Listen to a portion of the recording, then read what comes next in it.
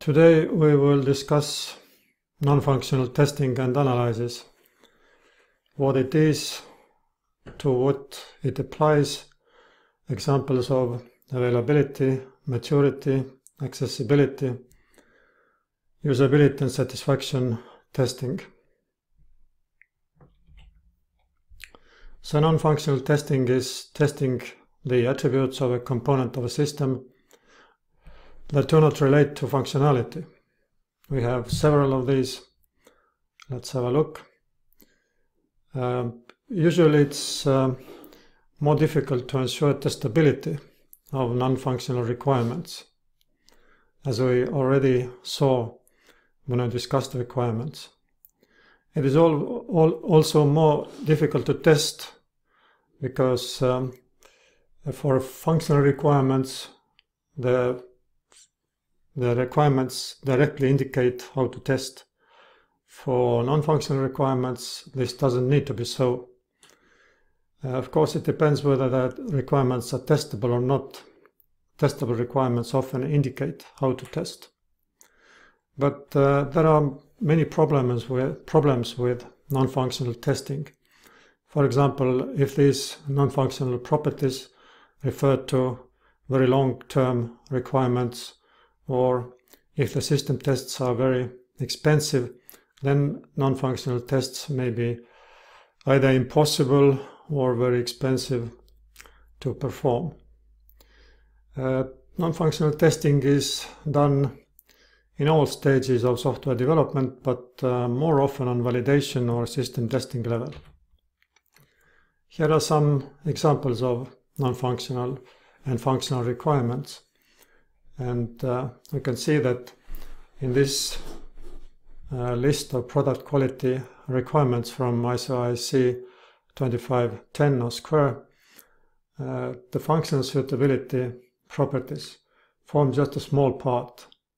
We have many important requirements for performance, compatibility, usability, reliability, security, maintainability, and portability, which we considered in previous lessons. Let's have a look at some of these, how to test these.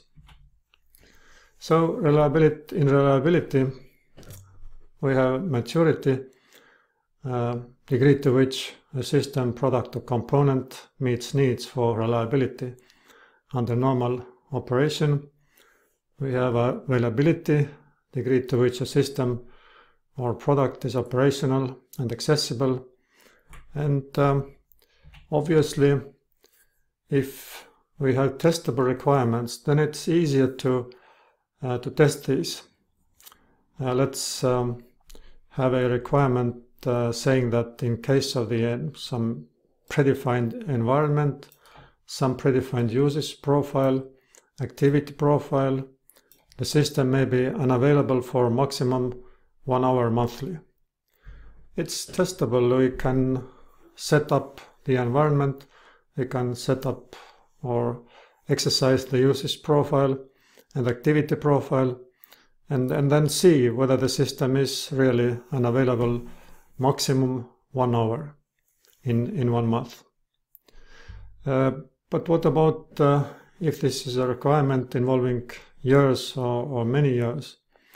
Or what if this unavailability may have serious consequences, for example, as in a flight control system or in an accident control system? We can use different methods besides testing, such as static methods, simulations, and so on and so on. Some methods can be done by testing too. And let's have a look at some options. So the first method is random testing. Random testing was initially when experience in programming started to evolve, was a usual thing to do.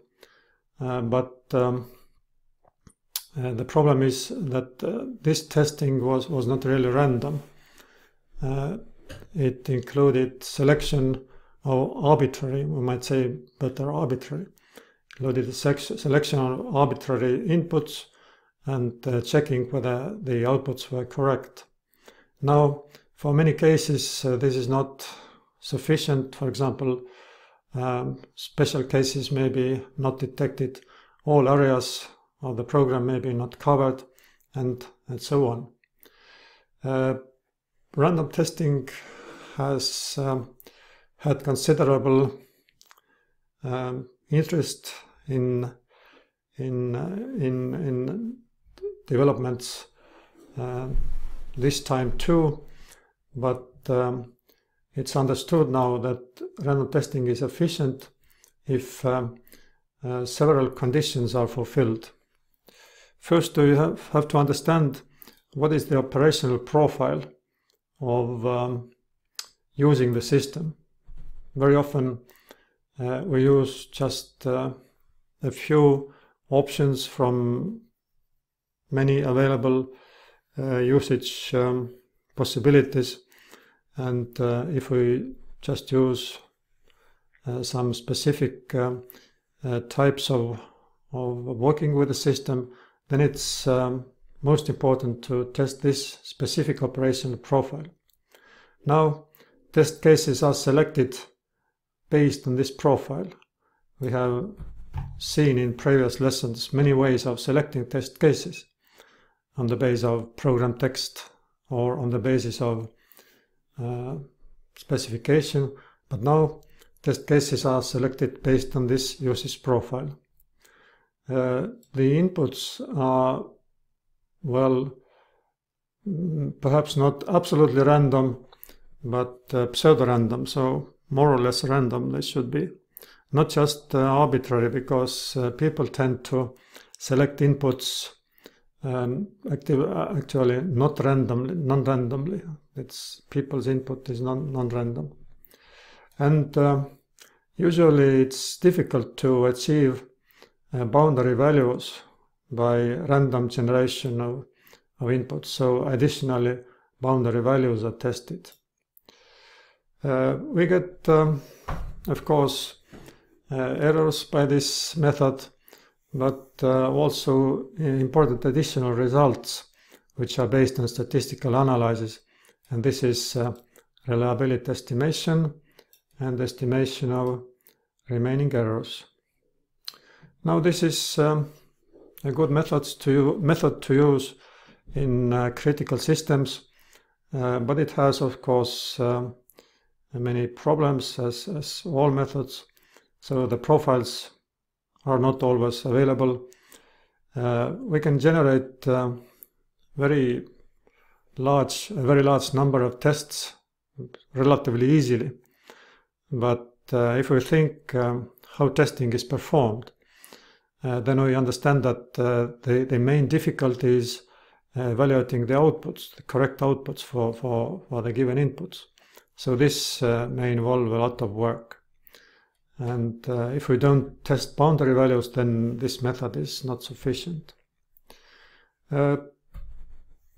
What can be done here? An option is to have a parallel implementation. It may be slower or simpler, whatever, but it should be able to predict the results for the tests. And then this parallel implementation can be used for obtaining the expected test results. In this picture, this situation is characterized. So we have random inputs. This is the usage profile here. We see that user inputs are more in certain areas, not in all areas of possible input area. So this is random inputs according to the user profile. And we get errors, we get reliability estimation, we get estimation of remaining errors. Here is an example. If we did random testing in several weeks, say in 1 week it was 20, then was 10, then 6, 3, 4, and 2. Then I can, based on this time series, 20, 10, 6, 3, 4, 2, we see that it's a diminishing sequence, and we can predict what happens in the future.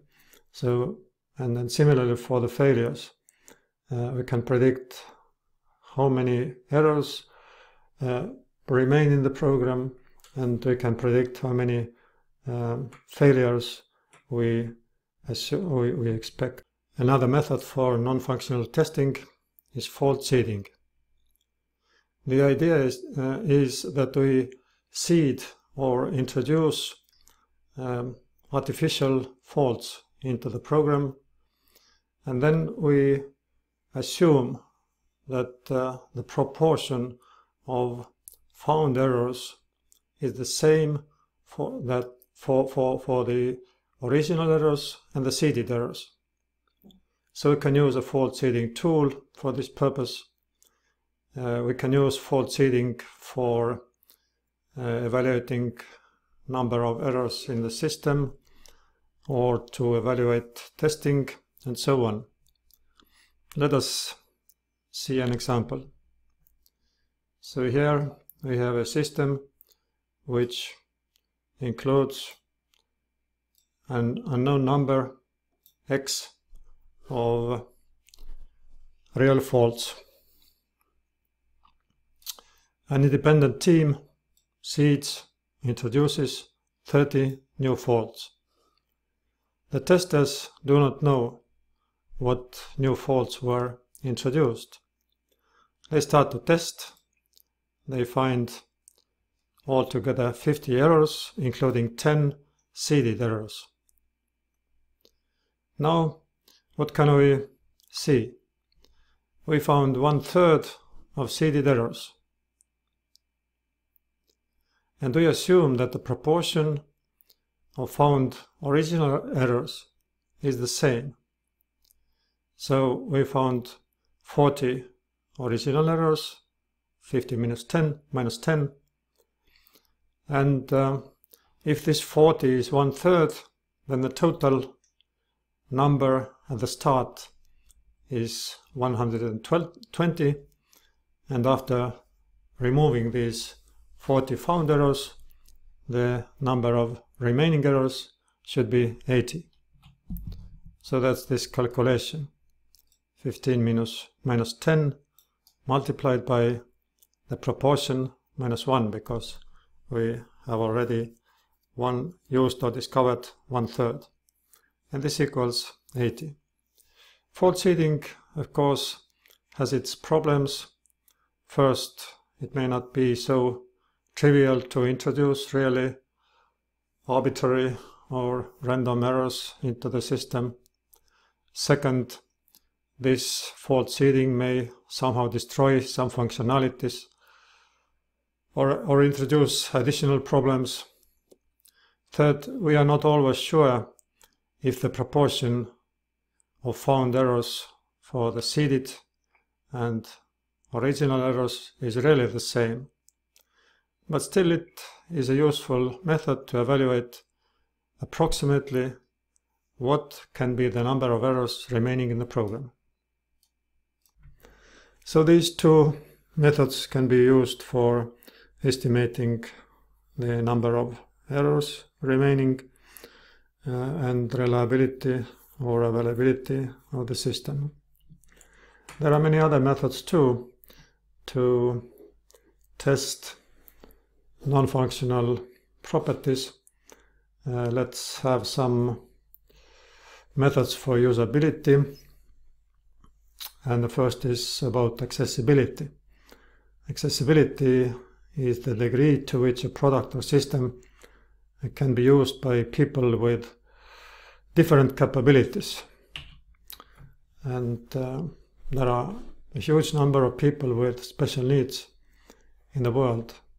We can approximately assume that 10% of people in Estonia, it's about 10%, 15% in the world, from 10 to 20% in USA, 2.5 million blind people in Europe, and so on. So if we give these 10% of people a possibility to participate in work and to earn for their living, then we have a 10% increase in income of a state or country. This is a huge thing, and therefore there are many accessibility requirements, and they can be either standards or frameworks as the Web Content Accessibility Guidelines from W3C organization, or they can be fragments from or sections from law legislation, as in USA, or they can be recommendations as in Estonia, and we have different ways for testing accessibility requirements. Here is an example of synthesis.com, which enables to test Web Content Accessibility Guidelines, or this US Section 508 accessibility requirements. And here are some examples from the Web Content Accessibility Guidelines. For example, the non-text content, such as images and so on, must have a text alternative. So these people who have difficulties seeing or understanding, they can use this automated reading facility, and they are not dependent on images. Also, use of color.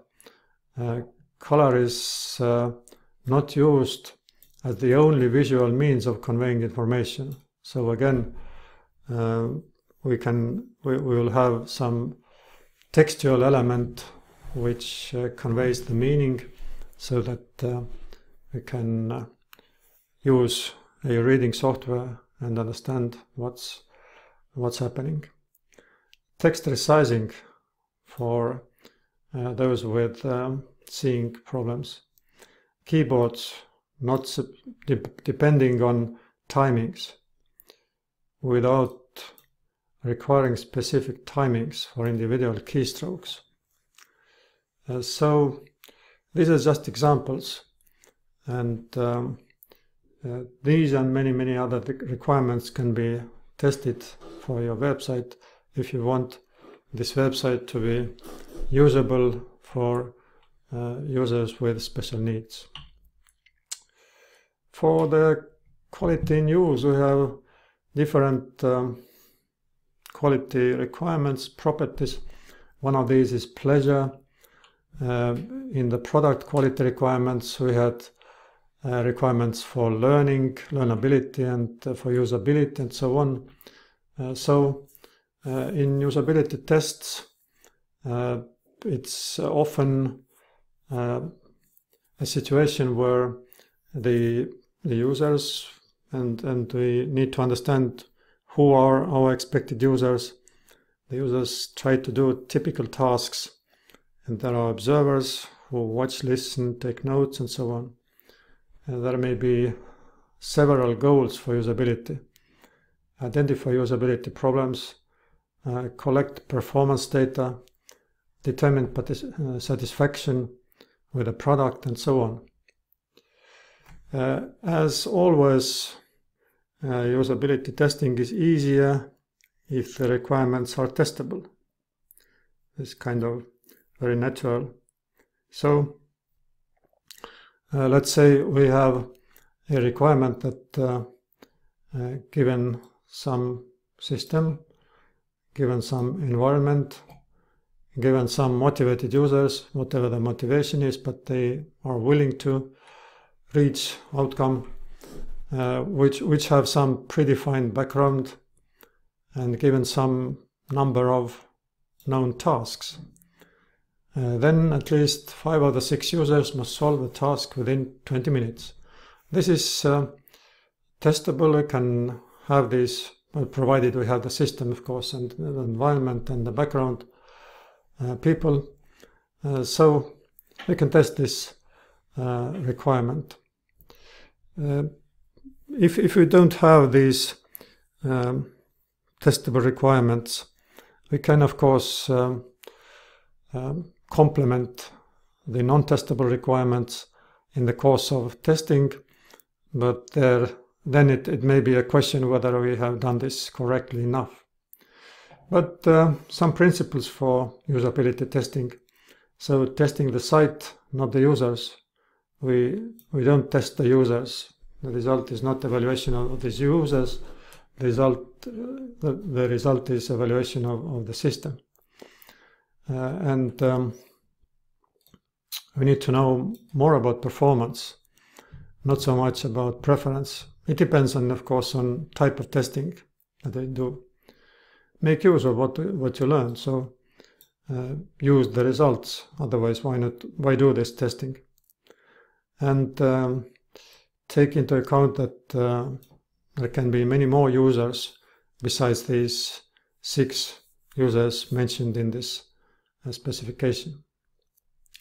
One useful technique for websites is, of course, many other cases too, but it's mainly used for websites where it's very easy to organize because the users are there. So A/B testing. It involves segmenting the target group into 2 or more subgroups, and the subgroups should be representative of the total population. So that's the requirement, that take into account the whole population of your users. Creating 2 or more versions of software, and there should be just one, or preferably one varying element that might affect the user behavior. Testing subject's response, analyzing if the differences are statistically significant, and then selecting the version which gives these better results. There can be many arrangements for A/B testing. As a summary of this non-functional testing and analysis, it's testing against the non-functional requirements. We have many non-functional requirements, and today we have to some extent considered availability, maturity, accessibility, and usability. There are many methods for testing non-functional requirements. If these requirements are testable, then often the tests are defined by the requirements. Also, random testing, fault seeding, accessibility analysis, and A/B testing are some methods used in non-functional testing. If we discuss these methods, let's take into account many features, not just these that I discussed, but I should know that concept, what are the preconditions, advantages, disadvantages, results, relationship, evaluation, and tools for these methods. As always, we have additional reading in many sources, and the main materials are on Moodle, Software Quality, and tepandi.ee. Thanks for listening, and see you in the lectures.